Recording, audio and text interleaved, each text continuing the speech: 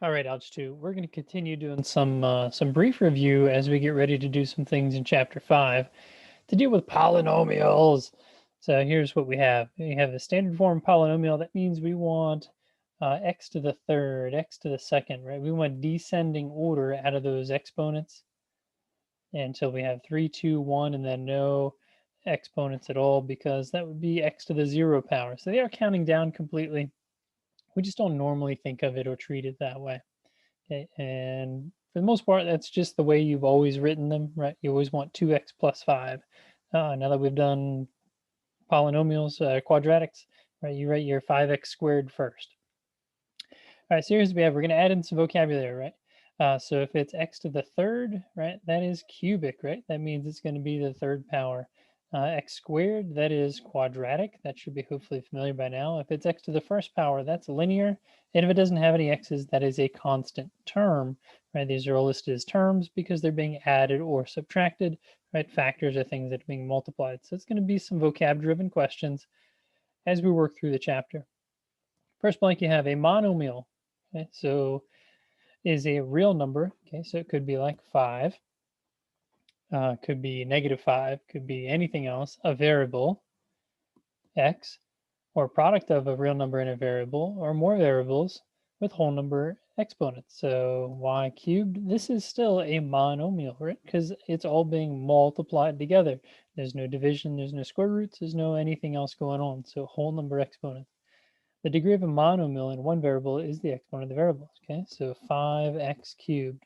Okay, our degree is 3. Okay, if we have multiple, our degree is 4, right? It's the sum of those exponents on the variables. All right, so if you have a polynomial, like we have up here, right, I have x cubed, x squared, x to the first, x to the 0. When I have this, it's the greatest. So that means the degree up here is 3, because that's the highest power that we see.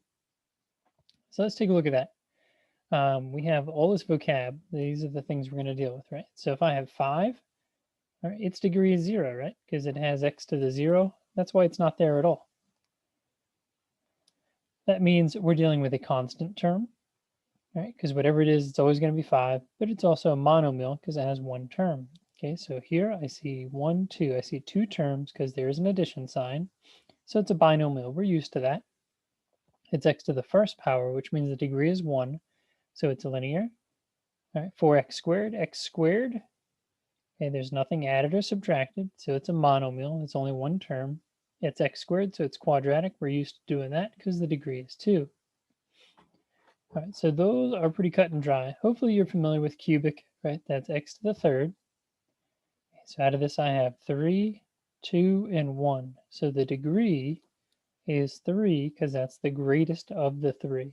There are 3 terms, so it's a trinomial, just like that bike you started riding, a tricycle. Quartic, right? Sounds like quarter, quartic, right? Because these both have that Q sound, so it might be a little bit confusing. So I'll try and give you that. It sounds like quarter, there's 4 quarters in a dollar, okay, because this is a degree of 4 and a degree of 2, so 4 is greater. So that makes our degree 4. It's quartic. There are 2 terms, so it's a binomial. We're used to that. All right, and quintic, right? Like quintuplets. Right, so that means we have 5, 2, 1, 0. The greatest degree we have is 5, so this is quintic. There are 1, 2, 3, 4 terms, so it's a polynomial of 4 terms. So this is probably the new thing. In Algebra 1, we just called it a polynomial. In Algebra 2, we want to know how many terms there are for that polynomial. Okay, so that's once we get to 4. Okay, so if we had something else on there, if I squeezed in an x to the third, polynomial of 5 terms. Okay, but it wouldn't change the degree. All right, we want to write each polynomial in standard form. So that is from greatest to least. So I might kind of draw something like this to remind myself greatest to least. And while we're doing that, what we want to do is combine any like terms. So I see in B, there's a couple x squareds. That's pretty much what I see there. Okay, so I do want these in order. So 9x squared plus 3x plus 5. This one's not too bad because they were all positive, so there was nothing to think about as far as moving the sign with it. So what do I see? I see 1, 2, 3. So by terms, okay, there are 3. So it's a trinomial. By degree, I see the highest degree. This is 2, 1, 0. So the degree is 2. Okay, so if the degree is 2, that's quadratic. All right, looking at the next one, I got x to the 4th. That's the greatest thing. After that, I see x squared and x squared. So it's plus 4x squared. So I get rid of those. I get plus 4x and I get minus 12. So by terms, I have 4 of those. So we call that a poly of 4. And by degree, I see 4 on this one. So the degree is 4. Okay. So remember that is quartic. Quartic. All right, so what we're going to do is try that. Normally this falls into homework, but I think with that information, really it's just vocabulary, guys. So if you're having trouble with it, make yourself a quick little cheat sheet. You know, it could look somewhat like this, but we don't need all of it. So really, all right, 0, 1, 2, 3, 4, 5. So these are the things you need. And then what do we call those? 1, 2, 3, and 4. Okay, so 5 names, 6 names based on the degree, and we have 4 names based on the terms. Okay, so give that a try, whether that's now or after. The only other thing we have to do today is add our like terms. Okay, so I'm going to give you a couple of Algebra 1 kind of examples here and give you some ways about that, right? So when you were a little tyke and you started doing this, you said, okay, let's put these together. So those are the same. So that must be 6y. And then after that, you're like, I'm going to draw squares around these because they have the same variable. And you're like, yay. So that's 1x or just x. And they're like, you know what? This one needs a triangle because I'm really trying to do this well. 15a minus 8a. So you got positive 7a. And that was your answer. We just left in that order. And you're like, no, I'm way too cool. I'm not drawing those things on there. So what I have now is one thing that I sometimes utilize is using a single line around things that go together. So I know that's plus 7ab, and then this one double lines because those go together. So I get plus 5b squared. Okay, so you can have some subtle ways. That way things don't get too mixed up with what you're trying to do. I've seen some other methods that have been helpful for kids that, you know, kind of looking back and forth, their eyes kind of bounce around.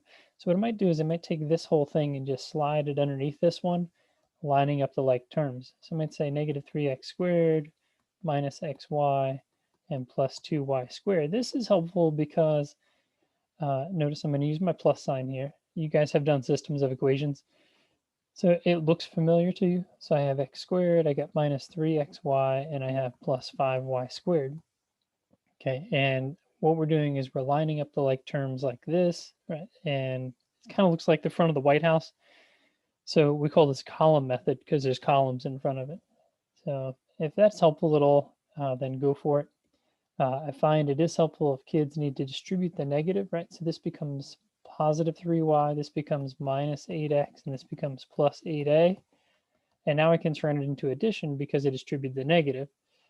So I have 12y, I have minus 15x, and I have plus 23a. So if you have trouble with either the signage or anything like that, this is definitely one method you can take advantage of. So I have one more of those just to show you what we might do with it. So as I distribute, I know it becomes positive 3x squared, it becomes positive xy, and it becomes negative 2y squared because I do have to distribute the negative.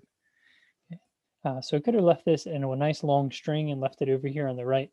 But again, just trying to use that column method. So I get 7x squared, I got minus an xy, and I got plus a y squared. And now I have my final answer.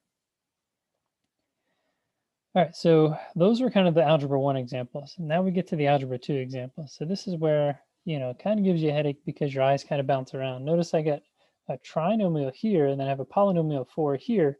So, you know, things are all over the place. Nothing's in order, right? This is all intentional.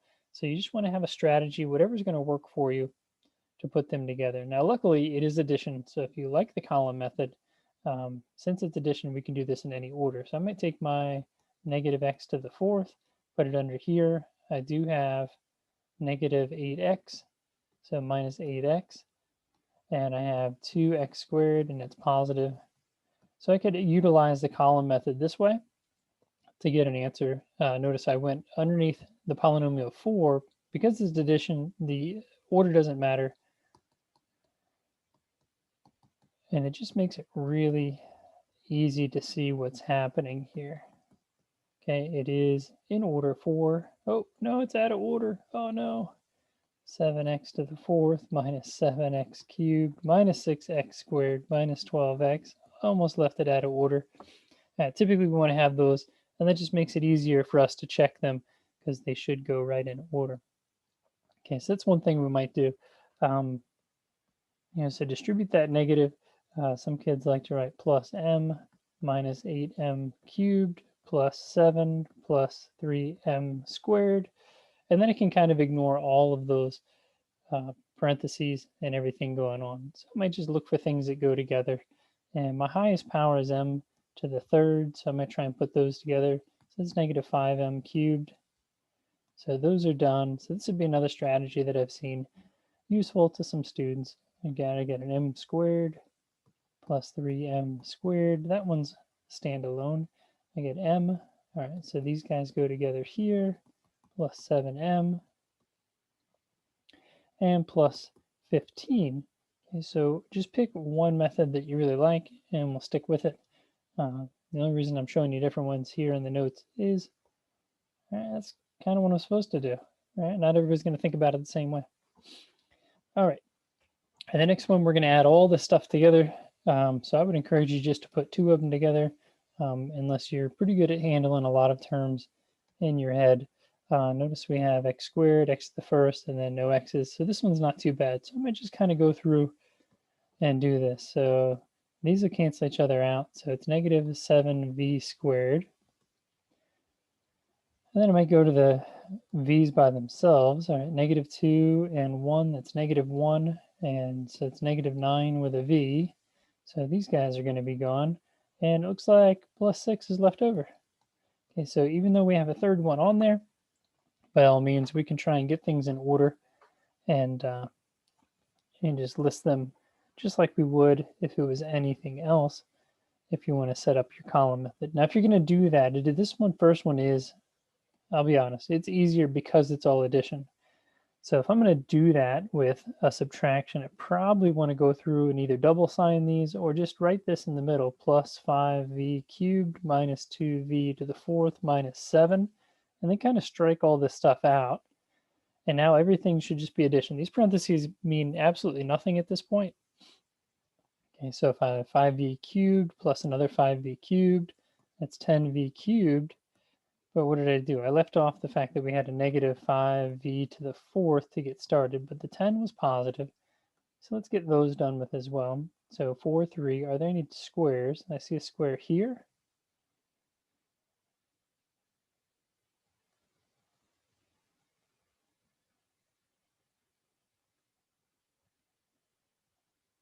Oh my goodness, what did I do? I missed this one here. All right, so these guys go together. So you can see how, if you don't have it organized or if you're just trying to rush through something, you can make some mistakes there. All right, so there's my v to the fourth.